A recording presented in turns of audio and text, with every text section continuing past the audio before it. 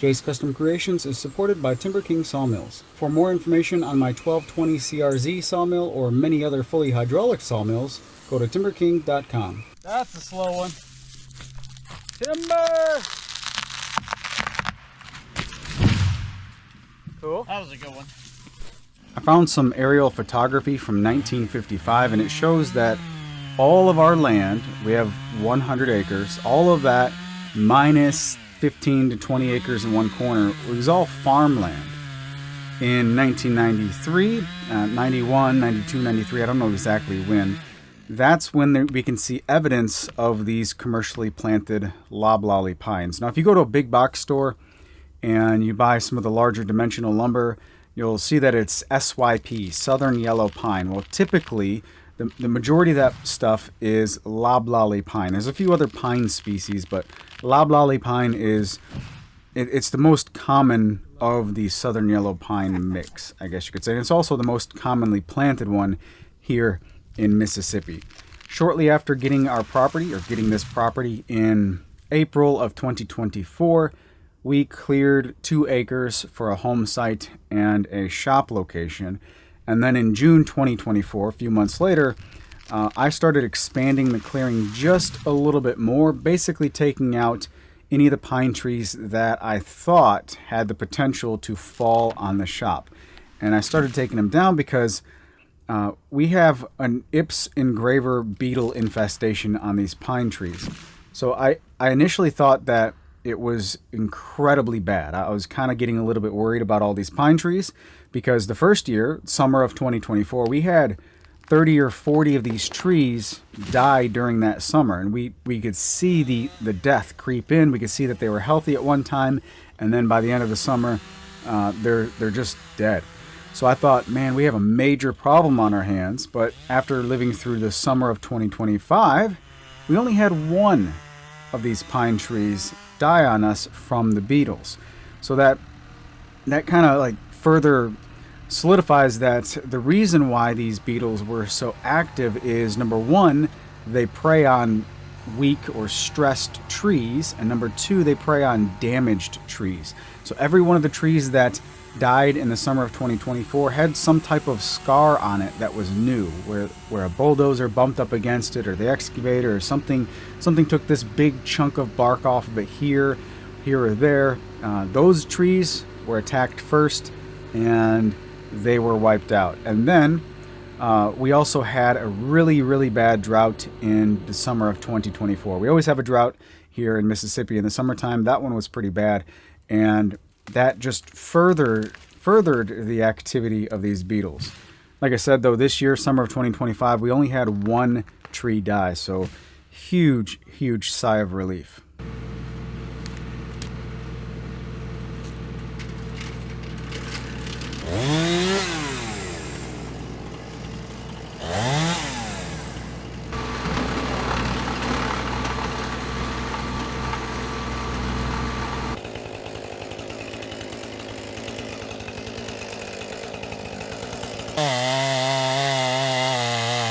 Everyone's woodworking journey always changes, and unless you like doing the exact same thing every single day, day in and day out, which not that many people do, everyone's woodworking journey should change, and it's all in different directions.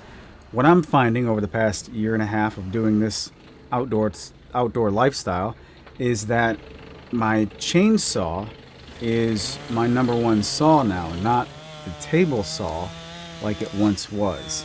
Now, speaking of chainsaw, I'm not wearing chainsaw chaps in most of these clips because honestly, when I was using the chainsaw in these clips, I had not seen enough disgusting and horrible chainsaw accident videos, and somewhere along the way, I think I saw enough because I own a pair of chainsaw chaps and I try to wear them all the time now. So don't yell at the past version of me.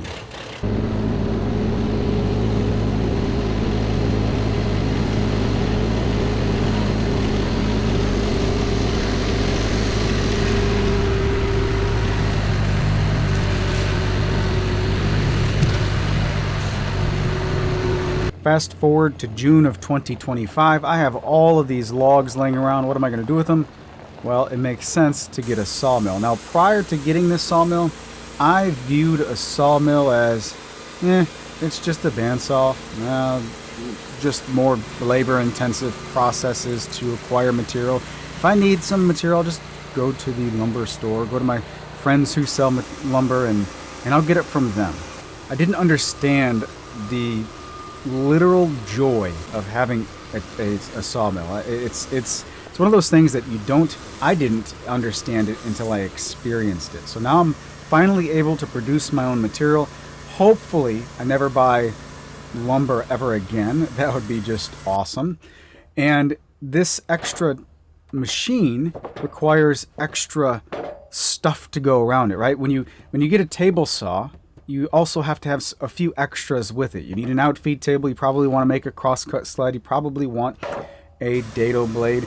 But for me, you get a sawmill, and what does it also require? Well, it requires stickers. You got to have something in between the lumber to allow airflow so that lumber dries.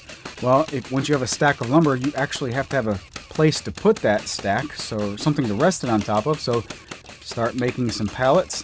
And this particular pallet design, I mentioned it previously, I think, on this channel, and some people mentioned that I need runners on the bottom of the pallet, and you should do it another way, and all this other stuff. But I don't know much about sawmilling and making my own lumber, so I found an incredible resource on YouTube, and that is Robert Milton from Alabama Hobby Hardwoods. I've learned so much from watching his videos.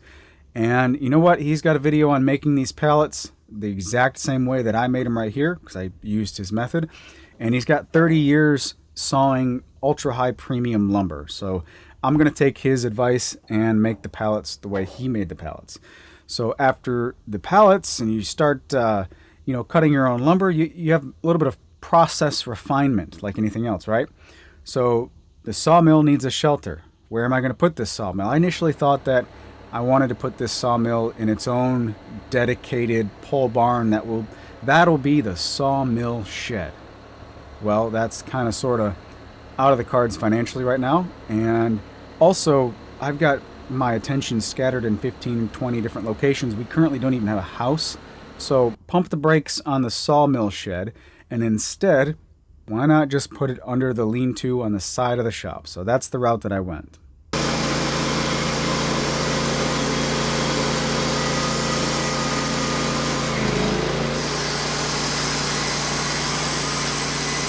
The extra requirements and process refinement continues, and now that I have pallets and stickers to put them on, I need some type of level stacking stations. So I cut a bunch of beams and laid them out underneath the lean-to next to the sawmill and leveled up the beams very roughly. And these bigger beams allow me to set a pallet on top and maintain a level environment as I'm cutting and stacking off of the sawmill.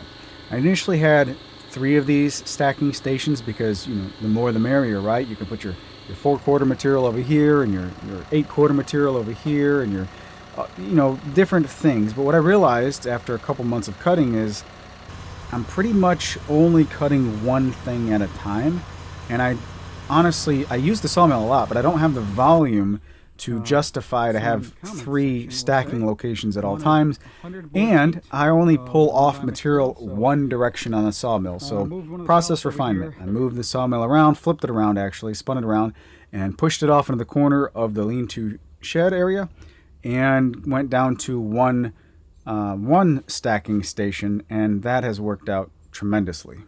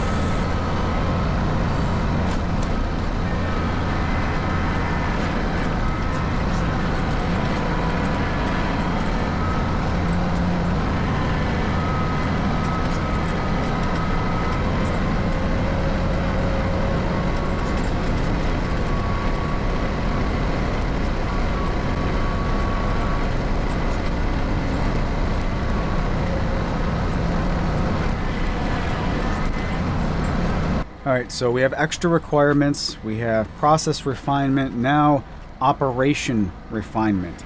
I take down trees all over this property, and for the most part, I just stack the logs in the general vicinity of where I'm taking the trees down, which means I have log piles everywhere. So the sawmill is portable, but you know what? So are the logs. Logs are way easy to move than moving this sawmill to many different log piles and resetting up and leveling the sawmill and then re-leveling all the stacking locations around it. So I decided to pull all of the logs that I had taken down at that time and put them together in one area, one little location that I'm referring to as, well, quite obviously, the log yard.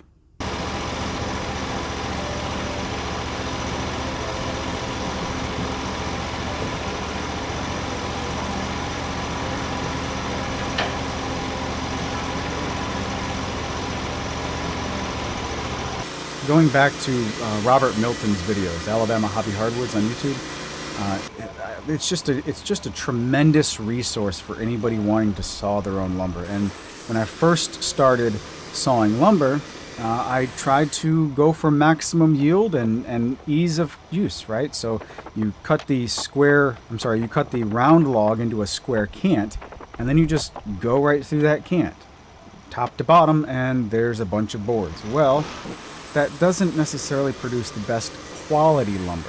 A couple things you want to avoid that I found out is obviously you want to avoid using the center pith. Now that's kind of sort of a slippery slope or whatever with this southern yellow pine, because if you go to Lowe's, Home Depot, and any of the box stores and you pick up a 2x12, 99 times out of 100 that's going to be a southern yellow pine board, and a good percentage of those all include the center pith of the tree. So in mass production of lumber in these monster giant mills, it makes more sense for them to just slice out the middle as a big wide 2x12 or whatever.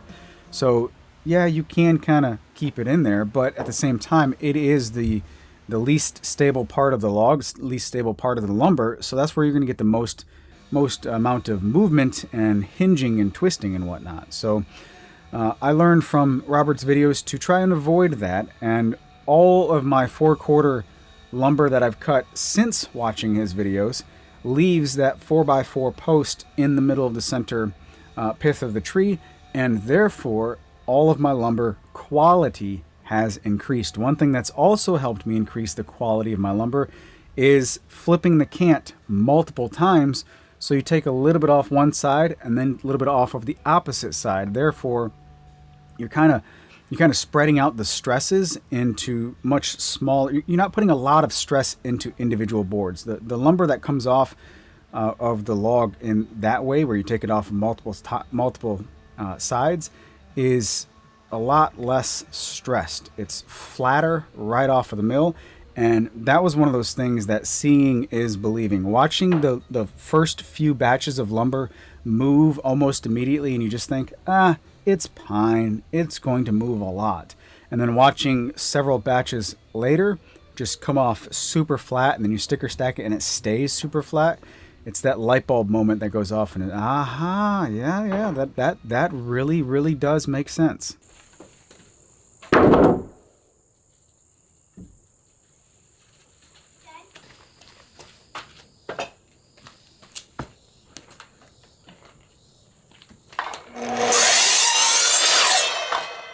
Around the same time of learning that I don't need 3 stacking stations. I can get by, and actually get by quite well, with just one level stacking station. I also realized that I don't want just one set of sawhorses near the sawmill. I want a bunch of sawhorses. Sawhorses are still king, and this design of a basic I-beam with legs shoved into the corner of the I-beam is, in my opinion, still the king of sawhorse designs. It's not mine by any means. This is, obvious. This design is older than I am, right? It's just simple. It's just fast. And now that I have my own way of batching out lumber very quick, well, I basically have an endless supply of sawhorses in my future.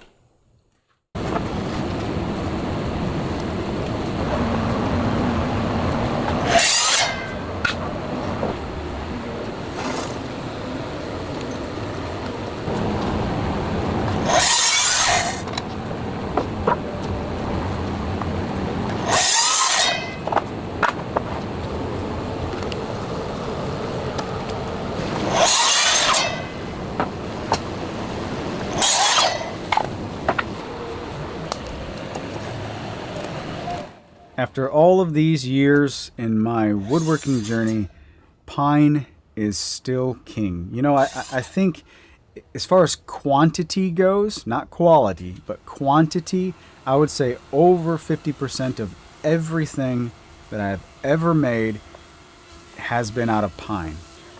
It's just readily available, and I kind of sort of like the way that pine looks. Now, don't get me wrong, a nice, beautiful quarter sawn white oak something or other is always going to look good because white oak, quarter sawn white oak just looks fantastic. But there's something about the charm of aged pine. You know, you look at a lot of old shaker furniture made out of pine, and it's several hundred years old, and I just love the look of pine. So what better way to look at pine every day than to make the walls in my shop, make them out of pine. So the walls that I put up in my shop, they're not structural, right? It's a metal building. This is not a post frame, pole barn. This is a welded together metal building that's very cold. It's very hard and rigid. And adding these pine walls kind of warms it up a little bit, makes it feel a little bit, I don't know if homey is the right word, feels a little bit more homey, more home feel. I don't know, it just feels better in my opinion. Also, because I am putting up all of this pine, I can put a screw basically anywhere. One of the things that I really, really liked in my previous shops was my hand tool wall. Well, it doesn't necessarily have to be just hand tools. Put a screw in the wall and hang anything. I want the majority of my stuff that I use to be on the wall, within eyesight, and, first order of retrieval. You don't have to move anything to get to everything.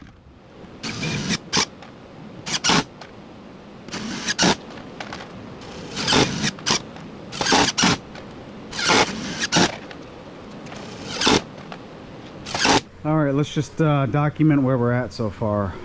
Look at that pile of wood, how low that is. That's because I put all that wood up on the walls. The walls are completely done all the way to that corner, and I love it. This type of wall system is like embrace imperfections, right? Rustic, I guess you could say. And I like it. I like it a lot. I got my computer up against that wall for the office area. So I got an LED sign of my logo for the wall, and as I put this up, it's kind of given me a flashback or a trip down memory lane of the early days where, I didn't even design my first logo. I did a t-shirt contest and somebody out there designed it, and I thought it was great, but I never had a high quality file of this logo image, so I eventually moved on from it. But before I did, I wanted to include it in videos, but I wanted to include it in kind of a unique way. So that's where the whole perspective text on planes or on faces in the videos came about, and I used to put the logo in certain locations and maybe off of the immediate focal area of the video and make it blink a couple times, kind of sort of like a neon sign. And then eventually that got upgraded to an actual sticker on the wall. 2 shops ago in the 2-car garage shop, I put a sticker right in the middle of the tool wall of my logo, so I didn't have to Photoshop it in there all the time, and it was just there. So that was pretty cool. And here we are in this shop, and I'm not putting a sticker up this time. I'm putting up an actual LED sign, and I just think that this is super awesome. This is an LED sign from HYPERLITE. They didn't pay me to say this or anything. They did reach out and ask me if I wanted one, and sure, I'll take one. It's awesome. I really like it. I signed up for their affiliate link. I've got a coupon code down below with an affiliate link. You can click on that, find out more about it. But it's just awesome. It's kind of sort of like the evolution of the brand within the brand. He just remembers really well. And I said, yeah, I said, that's okay though. I said, As I said earlier, I want to buy as little lumber as possible going forward, which means if I want a different species of lumber, well, I need a different species of tree or a different species of log. This is a big cedar tree, cedar log, that was gifted to us by a relative, and it's about 20 feet long. I cut it in half for 2 different logs and 2 different strategies for milling these logs. The lower section, it had a major split and and cracking going on one side. I think it shattered as it was falling. And the top section is just nothing but limbs everywhere, so it's going to have a bunch of knots in the boards. But this gives me a fantastic learning experience to understand how much I can actually get out of a log that is like this. The butt section, I got a fair amount of pretty decently straight, nice lumber. However, there's a lot of internal checking going on, and also ants. Ants were very, very prevalent on the top half of this log. It was just completely ate up with carpenter ants. I didn't know carpenter ants in cedars were a thing, but a couple Google searches, and yeah, it's very predominant to have carpenter ants, eat up old growth cedar trees. So this was a pretty big cedar tree, and there were definitely some ants. So what did this tree yield? Not a lot, to be honest with you. It's one of those scenarios that it was both, expected and unexpected. Yeah, I wasn't going to get a tremendous amount out of it. That was expected. But it's also kind of like, man, there was so much waste. A lot of waste. In the end, we milled this up with the strategy of knocking out as many birdhouse kits as we could for our daughter's 7th birthday. She's 7 years old already. Where has the past 7 years gone? Holy smokes, time is flying by. But we were able to get enough birdhouse kits to make 20 birdhouses, as well as having a small stack of cedar left over. So I think 5 or 6 birdhouses were used at her birthday party. The kids made birdhouses together, and it was a lot of fun. And the rest of these, we're going to slightly change up the design before we build them to add a trapdoor to able to clean it out. But the rest of these are pretty much ready for us to build and spread out throughout the property. Right as I finished milling up that cedar log, I took my boots off to grab a shower, and my friend Nathan pulled up with 2 ash logs. I recently helped Nathan put in a huge culvert out in the middle of nowhere on his property, and he had to take down 2 trees to do this. One of them was an ash tree, and in that video I talked about I'd like to get that ash log or that ash tree to mill up on the sawmill, but I didn't have a way to get it and my tractor back home. Forgot all about it. And then he's a great friend of mine. He showed up with both of these logs and just gave them to me. Delivered them and gave them to me. So that was super, super awesome. I didn't necessarily have a plan for them, but I knew that I had to get them milled up. And a few days later, he came over to help out with some random tasks. And one of them was milling up those logs. So we milled up 2 ash logs from Nathan's property. The first log, I chose to go with all 4/4 milling, just quality over quantity, leaving that center pith intact. And I ended up with a bunch of 4/4 material that has ambrosia streaking, some red streaking through it. It kind of reminds me of like rainbow trout. Beautiful, beautiful material. And that center pith ended up staying as a 4" by 6" beam, so I have that as well. Now on the second log, I wanted a little bit of variety. So on that second log, I milled that entire log as 8/4 slabs. And these slabs turned out beautiful. I really, really like the way that these look. Ambrosia streaking in ash. I have never seen that before. I know it's a thing, but it looks pretty darn cool. So here we are with about 200 feet, board feet of ash. A little bit less than half of that is 4/4 plus the center beam, and then about 100 board feet of that is 8/4 slabs. I've got a fan on it. It's currently on Facebook Marketplace for sale as I record this video. So I'm selling that for $1.50 a board foot, so about 200 board feet, and total price is $300 for the whole thing. So if you're interested, let me know. It might still be available. It might not. Never know. And I think with that, the whole theme of this video is pretty much that woodworking evolves for everybody. And I think what I did is I think I'm still going forward, but I think I turned around facing the other direction and went forward into the basics of where the lumber comes from, rather than going off into an advanced joinery technique or this, that, and the other. Well, I guess that wraps up this video. I was just trying to show you kind of a broad spectrum of all the woodworking that I've been doing on a day-to-day basis that I really haven't been publishing in project format. I've got a homestead channel, BPO3 Homestead. It's Bates Party of 3 Homestead, and I try to publish videos over there once every other day. So every 2 days you get a video, and the videos are a lot longer, completely different style than the videos on this particular YouTube channel. I'd love to see you over there.